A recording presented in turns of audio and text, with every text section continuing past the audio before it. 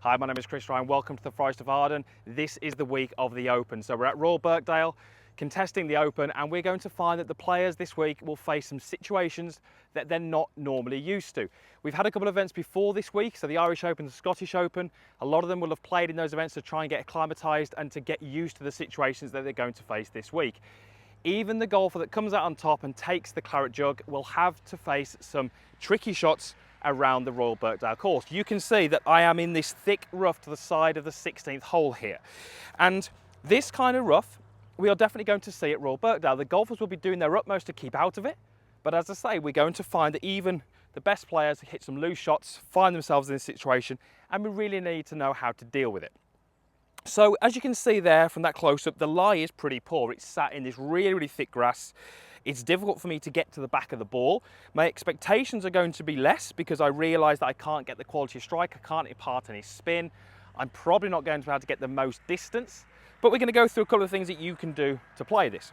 So the first thing would be to take plenty of loft. We need that ball to be coming upwards very quickly. If we take a club with a lower loft, it's going to project the ball more forward and it's not going to get it out of that long grass. So I've got myself a 9-iron here. And as we go through this setup, you'll see what we're going to do to maybe increase that loft a little bit more. So the key thing in terms of approaching the golf ball and contact is to try and steepen the approach, to get that club working more downwards into the back of the ball. That's going to eliminate how much, or it's going to reduce how much of this longer grass we get between the club and the ball. We will get some, we can't stop that, but we can maybe make a few adjustments that's going to make it happen less. So I'm going to play this golf ball quite a long way back in my stance. I know it's almost impossible to see from that camera where the ball position is, but it's almost going to be sort of 2/3 towards the back of my stance. Now I need to make sure that when I do that, I don't then lean to my right to make it feel like it's more central. I'm almost going to put more weight on my lead side. Now you'll notice that when I've done that, I haven't moved the grip end back. So I've got a good amount of shaft lean. So my 9-iron now has effectively been de-lofted, provided I return with that same club shaft position. So that setup is going to dictate already that I'm a little bit steeper into the golf ball. I can, however, make a few little adjustments in my technique to increase that steepness even more. What I'm really going to feel here is that when I move the club away, I almost set my wrist very, very early. That's going to do two things. It's almost going to help me move the club away, because if I don't do that, I can easily get snagged up in this longer grass and it really can affect my rhythm and my tempo. So I'm going to feel like with a little bit more weight on my lead side at setup, the handle forwards, I'm going to feel like I almost pick the golf club up vertically. Now you can see from the camera angle it's not vertical, but that's my feeling. That's going to give me the sensation that I can drive down much more steeply into the longer grass behind the ball, and that's going to help me get the best contact that I possibly can. Now I've got a 9-iron here. With handle being forwards, that de-lofts it. And we also have a great chance of the longer grass grabbing the hosel of the golf club and twisting the club over. We often see golfers from here hitting the golf ball to the left of the target. So due to the fact that I've got my handle forwards, I'm actually going to set the club fractionally open at setup. Now I'm going to do that by opening the club first and then taking my hold on the golf club. What this is going to mean is that I've added a little bit of loft to that golf club, which will offset the fact that I've got it so far back in my stance and the handle forwards. Now, the last thing here would be, we actually want to hit this pretty hard. You can be quite aggressive.